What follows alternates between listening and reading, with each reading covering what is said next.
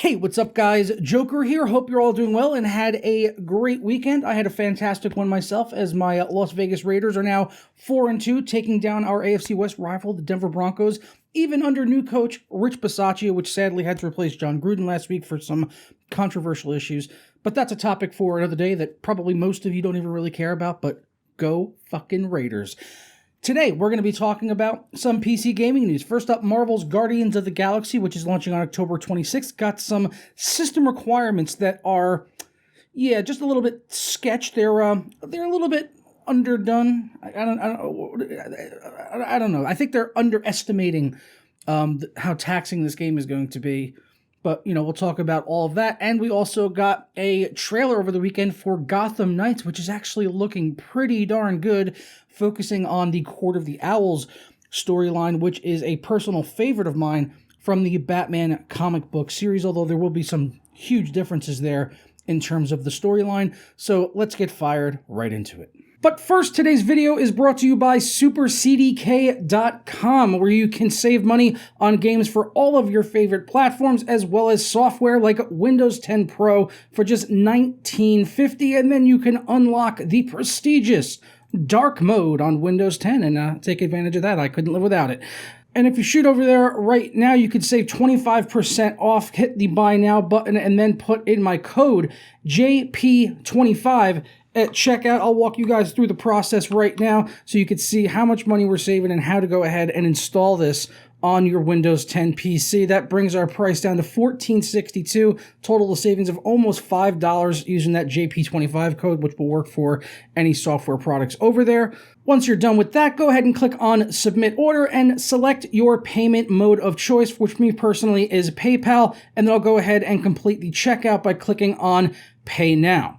After completing the checkout, it'll bring you to your purchased order page, and it will update in a matter of seconds, or just go ahead and hit F5. Go ahead and do that one time. It came through literally immediately. I got the payment email that it had gone through and the delivery of the product exactly at the same time. Once you're done with that, go ahead and click on View Keys and Codes, and we'll get our code right here that we can go ahead and copy and paste in on Windows 10 by hitting the Start button and type in the word Activate. When you see that activation settings or see if Windows is activated, go ahead and click on that, and it'll bring up this right here, and click on change your product key or unlock Windows 10. As I already have Windows 10, I obviously don't need to put in a new key, but just paste it in and then go ahead and click next, and you are all done and set. For more information on supercdk.com as well as the coupon code, be sure to check out the links down in the description below. First up, let's talk about Marvel's Guardians of the Galaxy, which is, as I said at the start, is going to be coming out October 26th, which is next Tuesday. So just 8 days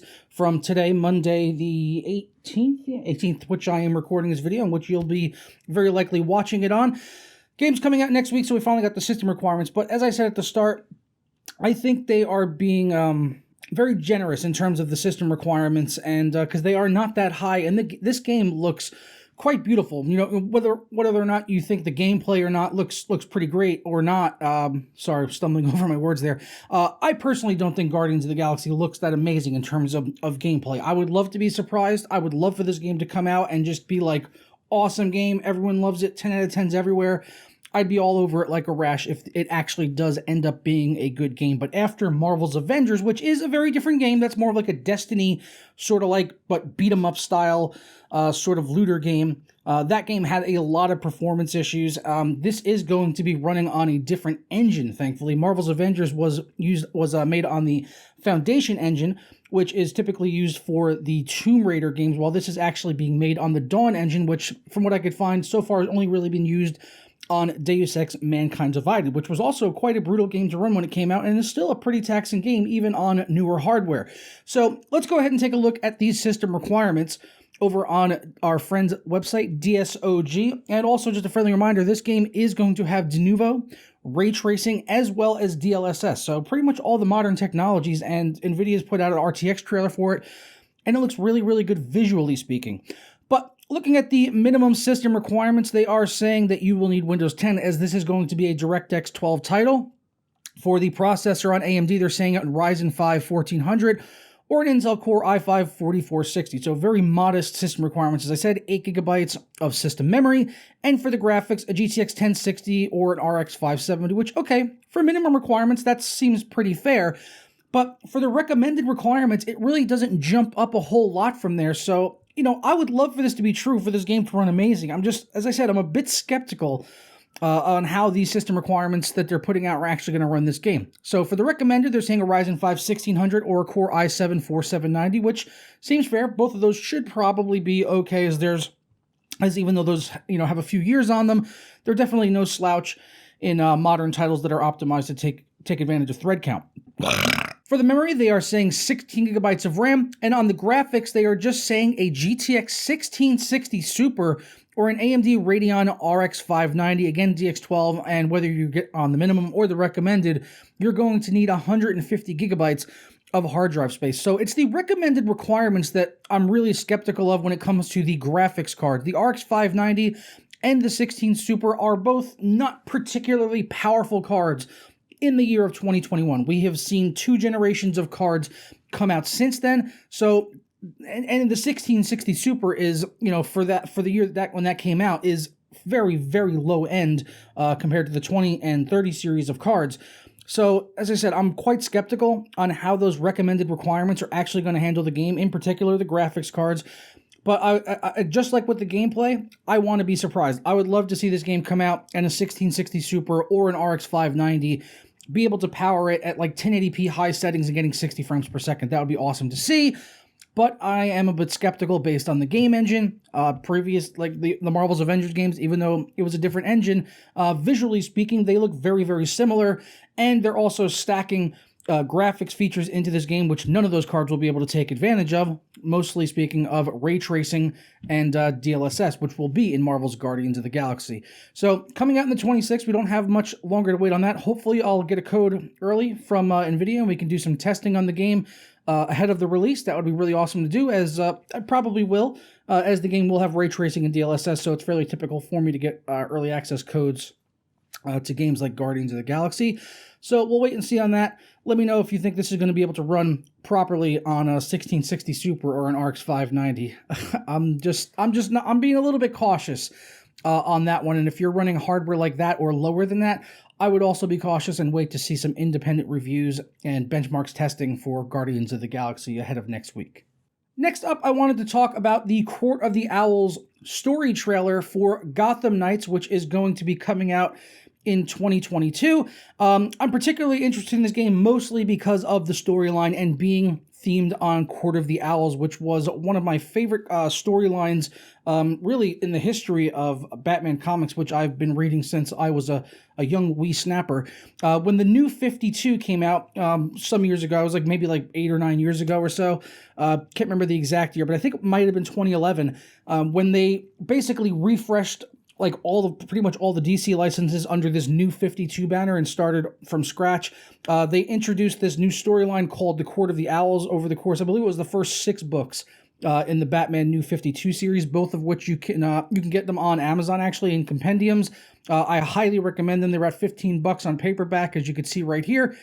Very, very affordable, and I would recommend grabbing both Volume 1 and Volume 2, as that completely covers, as I said, I believe it's the first 6 books of the New 52 and the whole Court of the Owls storyline, where you see Batman going up against this sort of secret society of Gotham that's sort of kind of pulling the strings behind the scene of government and, all of that stuff, with the villains and all that, and all that kind of stuff going on in the background, all those shady shit that goes on within the city of Gotham. And I don't want to get too far into it because it really is a very, very good story, and I do recommend you checking it out. Now, there is definitely going to be some huge differences between that and Gotham Knights, as, that story of the Court of the Owls in the book is involving Batman and going after the Court of the Owls, while Gotham Knights seemingly has no Batman in sight, as this is being more focused on sort of the Batman underlings, like Robin and Batgirl and, some other Jim Gordon and some other characters that we see throughout the Court of the Owls story trailer. So not having Batman there would tell us that this is very likely going to be a very, very different story to what we saw in the comics, or it's sort of been adapted to just include different characters other than Batman. But visually speaking, all of it looks, most of this all seemed to be in-game or at the very least in-engine with cutscenes, and it all looks very visually striking. And I am hoping that the game is good. This is not being done by Rocksteady, so that's one part where I'm a little bit hesitant, as they made the developer behind this is, I'm forgetting which, I think WB Montreal. I might be mistaken on that, but they are the studio that handled Arkham Origins, which most people consider to be the weakest of the Arkham series because it's the only one that was not made by Rocksteady, like Arkham Asylum, Arkham City, and then Arkham Knight later on. The latest one that had came out some years ago and had a very terrible PC port, if you remember that one. Holy crap, we went very deep on that one when it first came out. So I'm a little bit hesitant to get too excited about this game, but Arkham Origins wasn't a bad game by any means. It was okay. I just didn't think it had as much content as the Rocksteady games, and also the story wasn't as intriguing or as fleshed out with some of the main character. It was more or less just like a boss fight game, like where you just fought through all of these different bosses throughout the game, which was, it was fun. And it wasn't, like I said, it wasn't a bad game by any means, but it definitely didn't live up to the benchmark of the other Arkham titles, at least for me. If you agree or disagree, let me know down in the comments below. But I'm still going to be checking out Gotham Knights when it comes out. Kind of a shame that Batman's not going to be focused on in this game, or possibly even in the game, as it's seemingly kind of dead and gone in the Gotham Knight game. Which is fine. I'm eager to see what they could do with the franchise and the license, and using some other characters and stuff like that in the Gotham Knights game, which will be coming out next year. So yeah, I'll be waiting for that one to come out. Let me know what you think down in the comments below on those system requirements for Guardians of the Galaxy, the Gotham Knights trailer. Oddly, an all comic book related gaming news day. Pretty interesting. But there was a bunch of DC reveals actually over the weekend with new games and like trailers and stuff like that, as they had some kind of big event. I think it was like DC Fandom, if I'm not mistaken. So yeah, that was going on over the weekend. So that's why we got, there was a bunch of new DC stuff sort of revealed over the course of the weekend. But let me know which one of these you're most excited about. Obviously, for Guardians of the Galaxy, we're not going to have to wait too much longer on that one. And sorry about the lighting in this video. The sun is literally right there, and even though I've got my blinds closed, it's just sort of, and I put my studio light on, it's still creating this, like, this whole issue that's going on right here on my face. So it is what it is. Hopefully you guys all have a fantastic day, and I'll catch you tomorrow for another video.